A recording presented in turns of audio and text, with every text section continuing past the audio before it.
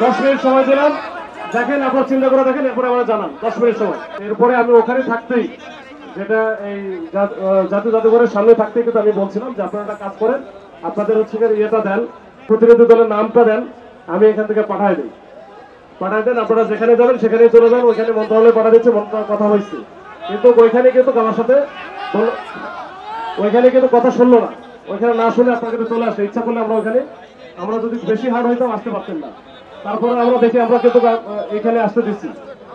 এখন এরপরে যদি আপনাদের মূল উদ্দেশ্য যেটা, সেটা হচ্ছে কথা বলা, আলোচনা করা।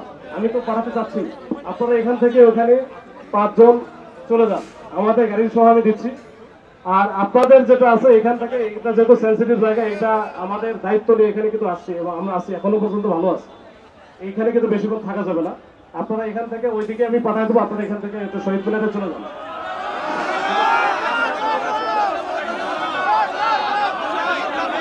না না, না হলে আমি, এটা যেহেতু অবৈধ সমাবেশ, এখানে 144 জারি করা আছে। আমি হচ্ছে কিছু, এখানে আমার সিনিয়র অনেক অফিসার এখানে আছে, তাদের সাথে তারা কিন্তু বলতেছে এখানে কোনোভাবে থাকা যাবে না। আমি হয়তো 10 মিনিট সময় দেবো, এই 10 মিনিটের পরে কিন্তু থাকলে সেটা অবৈধ হবে। এটা কিন্তু আমি কিন্তু এটা মানবো না।